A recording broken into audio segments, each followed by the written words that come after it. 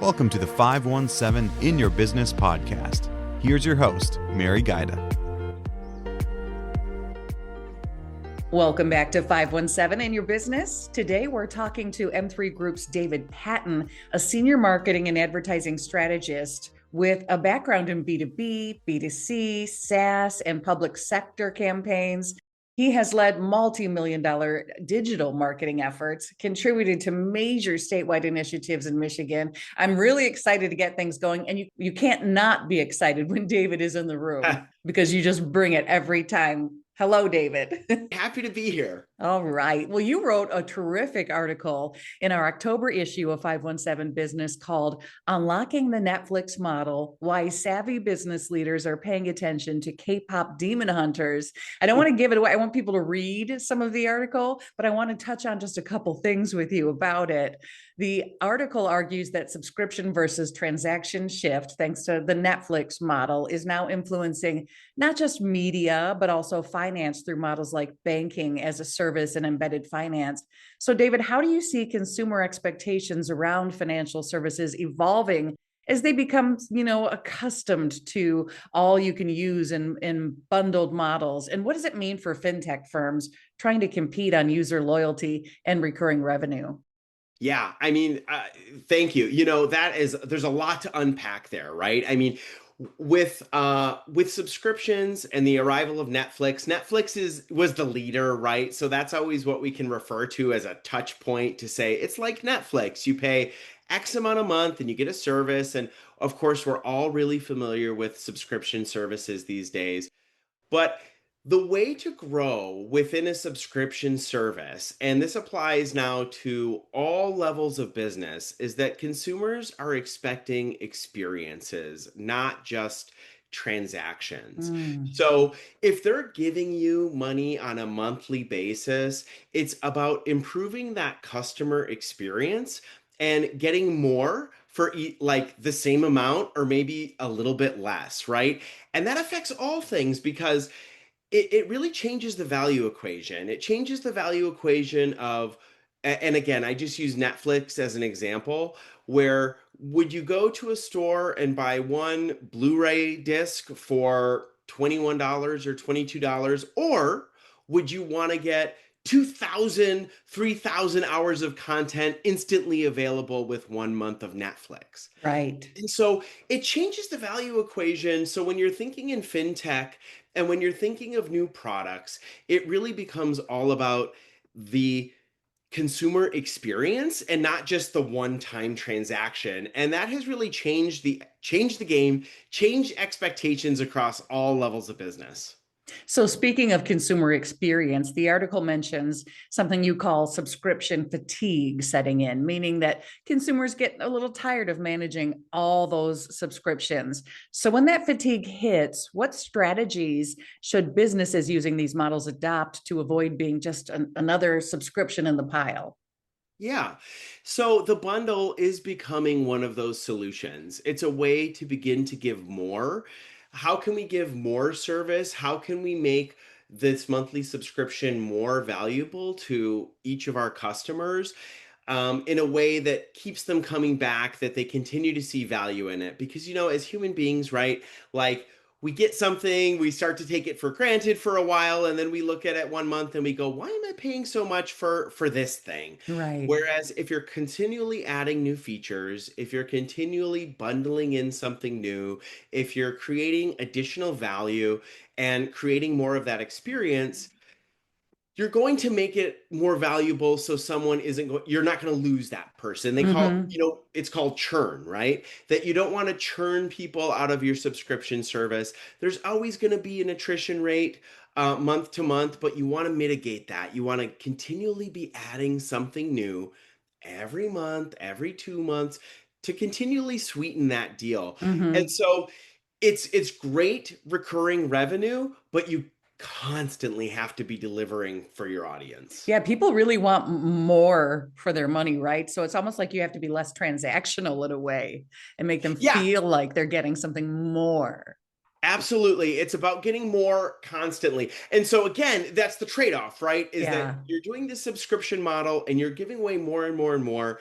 And so if you just do one transaction, the value really has to be there. You're competing with these subscription services.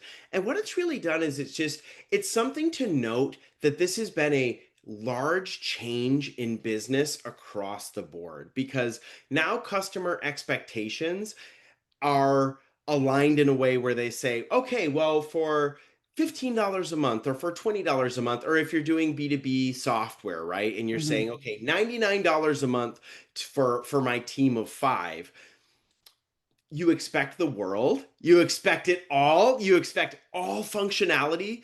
And then if someone else does something really well, but it's more transactional, you weigh that against, Mhm. okay, I can do a one-time transaction over here, or I can do a 1 month subscription over here.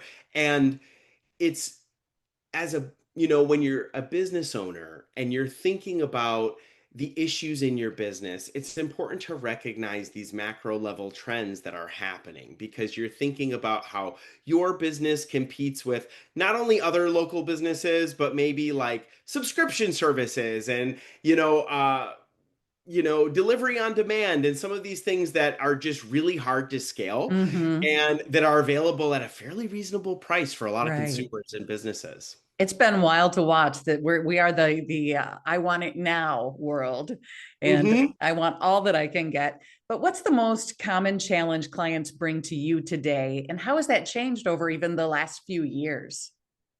Yeah, so I mean, building out subscription programs, building out reward programs, building out loyalty programs is becoming more and more top of mind.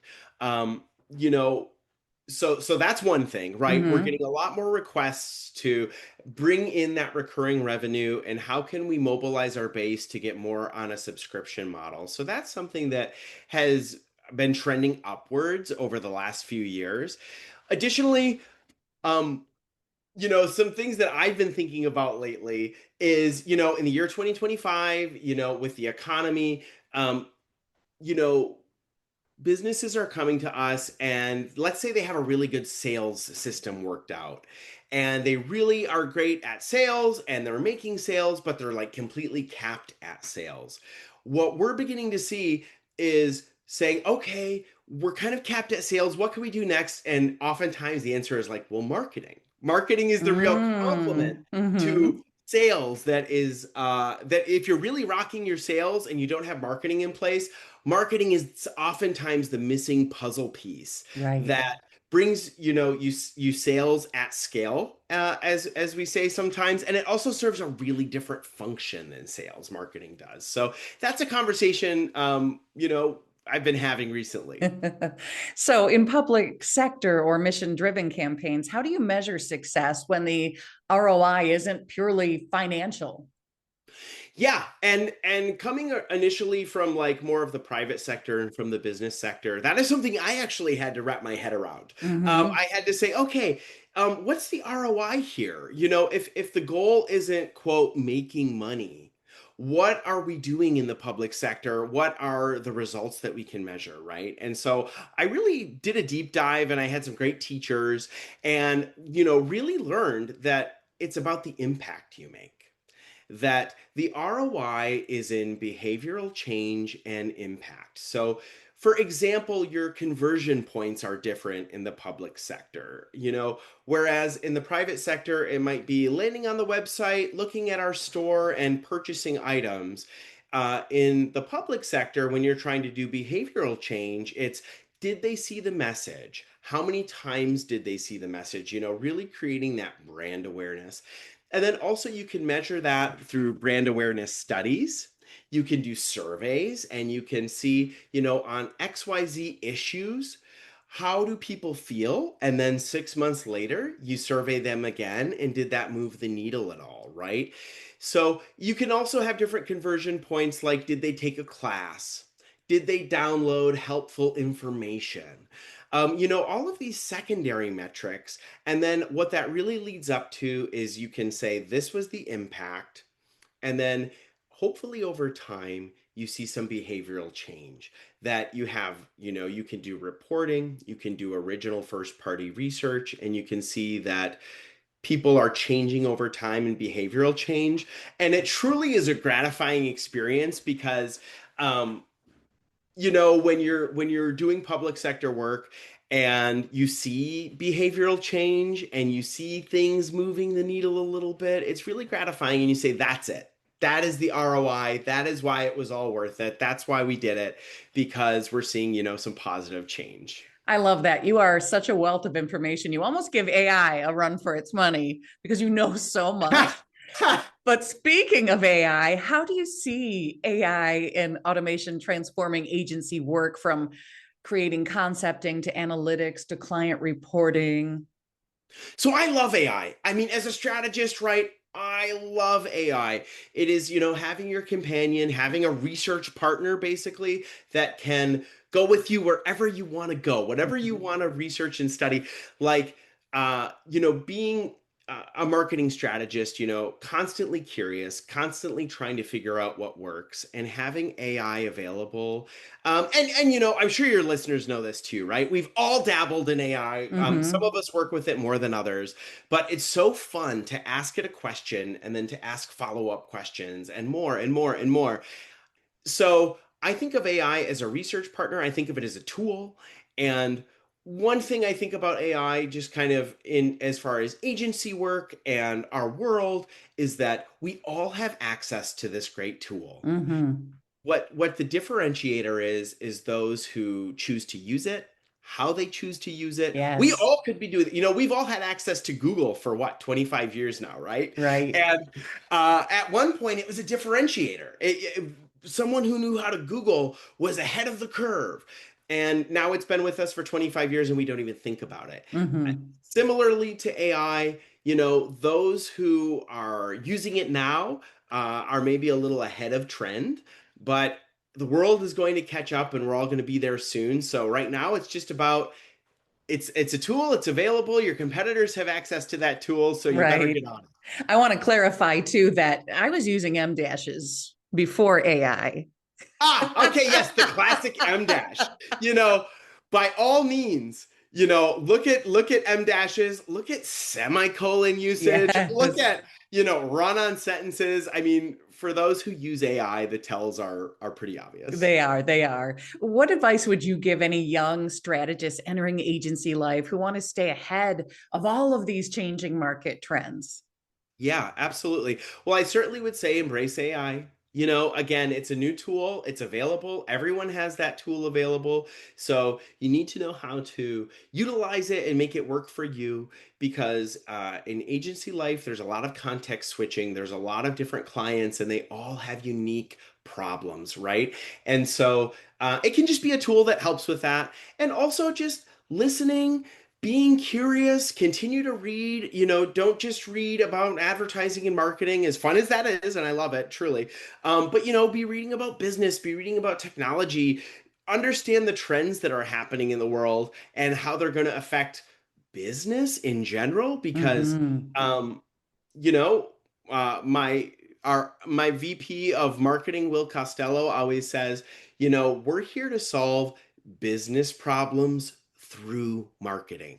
And I Mm. love that. It's Yes. about understanding business. So I would say to anyone who's looking to, do marketing strategy, it's all about understanding the business world and understanding business, and then how marketing as a tool can solve problems for those businesses. Well said. Well, it's been great talking to you today, David. And to wrap things up, what's a marketing trend you secretly wish would make a comeback and maybe one you hope never does? A marketing trend that okay. So there was this grand time. It's funny, like sit down, let's talk about the past. Remember when viral videos were a thing, right? Like I know TikTok is here and TikTok is amazing, but there was a time when like Harlem Shake videos took off. And Yeah. every company did like these videos and hopped on these video trends. You still see that in TikTok and everything, but there was a time when doing that was actually like really cool, really viral. Mhm. I miss those days a little bit when you could jump on a social media trend and it was unique and fun Yes. and kind of cutting edge. And now I think it's just maybe par for the course. Right. You mean hitting each other in the face with a pancake is, run its course? Yeah, exactly, exactly. There was a time when everything had bacon, like every business was talking about bacon. Like it was like memes before memes became cool. So those were the days, right? Yeah, and I'm always going to love bacon, by the way. So thank you for being a guest today. Listeners can find more about M3 Group at m3group.biz. Any final words from you, David? Thank you so much for having me, Mary. And my final words is, marketing is fun and I like fun. Thanks for listening to the 517 In Your Business podcast. Get to know local businesses better by reading 517 Business Magazine. Get your subscription at 517mag.com/subscribe.